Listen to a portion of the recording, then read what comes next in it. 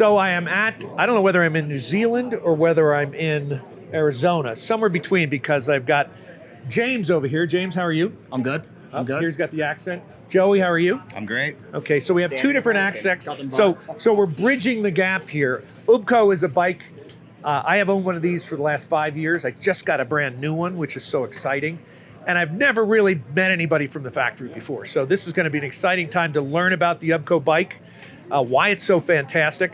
And I even came to the show sporting my UBCO shirt that I got. I had to pull it out and say, does this still fit? I had to lose a little weight just to have this in here. Anyway, I'd love to find out more about the history and things like that. James, why don't you tell us a little bit about the founders and where the bike came from? Yep. Then let's review the bike real quick as well. Sounds good. Cool. So, yeah, the bike comes from New Zealand originally.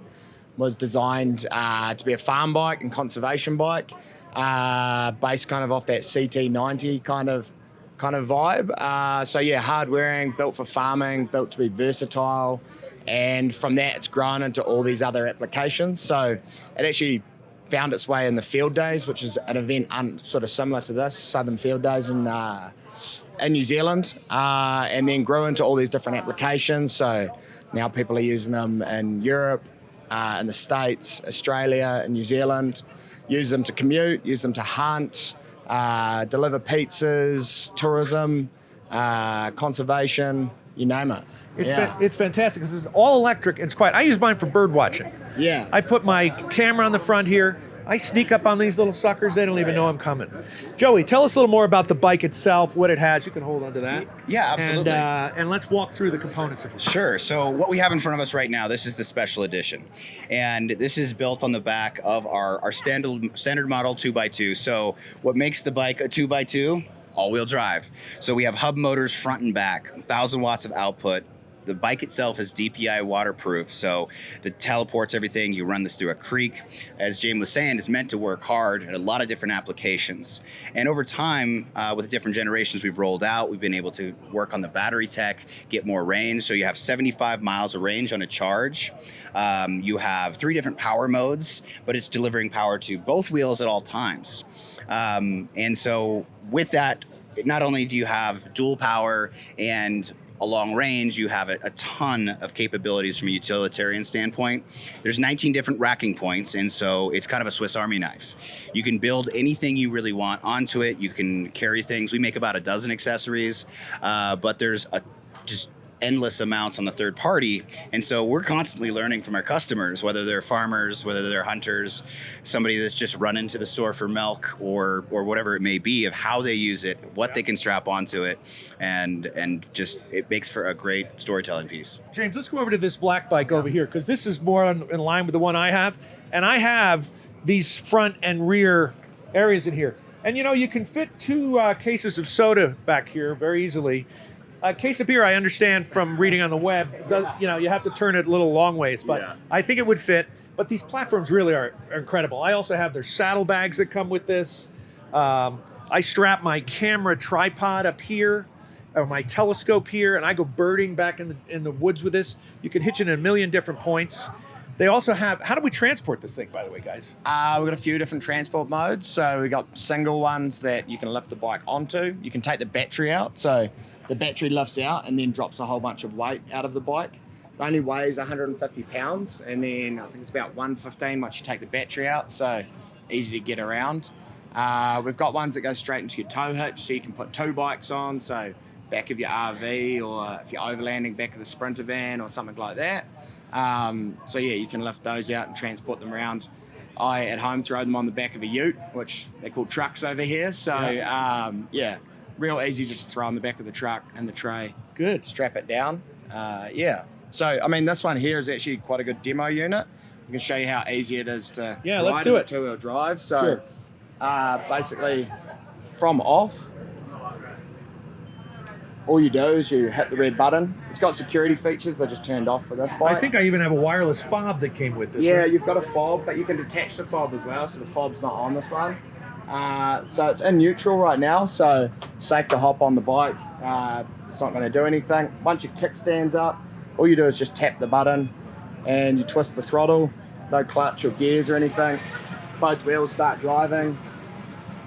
So there's an engine in the front and an engine in the back. Exactly right. So the engines are sitting in the wheels. So you've got a push-pull kind of thing going on. All the weight is really, really low, which makes it really easy to ride, makes it super accessible. Yeah, so just really accessible, easy bike to ride. Brakes are both up on the bars here, so you've got front and rear, no foot brake. Step through, so easy to jump on. And You know, I had these, I added these little guards up here because as you're blowing through the brush, you know, you think, wow, this is pretty easy. You don't hear anything. And then you come across a bush over here and it's going to hit here. So you do even sell brush guards around we here, do, right? so we got a whole bunch of demos going on out that way. So there's a whole bunch of our range of bikes, and some of them have our lever guards attached there that exactly do that. Sort of, or if the bike falls over, protects everything. Yeah. The interesting thing is I have a lot of people that say to me, oh, that's just an e-bike. I say, okay, jump on it. And I've had motorcycle guys going, yeah, man, I ride a bike all the time. They get on this. When that front wheel grabs in, they shake like that. They're like, what the heck is going on here? And I have had this thing in the mud, Absolutely. you know, 15, 20 degree angle, no problem. Yeah. It's a great kind of combination of being accessible to people that don't necessarily ride and are a little bit hesitant because of the low center of gravity, the step through, the adjustable power, and the fact that, you know, it's just twist and go. And then there's still enough thrill from the dual wheel drive and the power of the output and the torque that you can get that is adjustable if you want to mellow it out to like get out and run through the dirt and have a ton of fun. So it's fun to have that ability there. And also, since it's governed at that 30-mile-an-hour range, you don't need a motorcycle endorsement to ride it. And so it opens it up to a lot more people. It's safer, but it's also a ton of fun to extend your adventure, get further out, or just run into town for, you know, bottle of wine, 6-pack, some water, milk, get whatever you need. You know, guys, that's a very good point, because a lot of us here, there's a lot of rooftop tents. So people are building their rig, putting a rooftop tent in, they get where they want to go, they open it up, they swing out their shadow on it, put out their chairs, they go, oh crap, I need to go to town. Right. But they brought a bicycle. Yeah. This is not a bicycle. Bicycles are great, but having this on the back, literally, you brought another vehicle that can take you wherever you need to go. And it's well lit at night, right? It's got safety lighting and everything else. Absolutely. Very, very good LED, adjustable horn, all the turn signals you need to make it DOT safe and effective. And so it kind of comes equipped with everything you need. And then it's also smart proprietary tech within it, so you can understand if something does go wrong, it's an easy fix. An error code goes off, you open your phone, you understand, okay, I need to reconnect this piece, or it's time for service. Really, really cool. They're self-sustaining in a lot of ways. So for our friends at Old Man Overland, we've been looking for these kind of things. You know, a lot of low tech, but high fun. Let's put it that way. Yeah. So if you're interested in an UBCO bike, check us out at Old Man Overland. We'll be happy to connect you with their local dealers. I have one. You'll see me on the road with it, dragging behind my Old Man Overland Power Wagon, and we'll see you on the road with this. If you see it, stop me. I'll give you a ride. Guys, thanks so much for your time. All right. Looking forward to it. Thanks so much. Joey, thanks so much.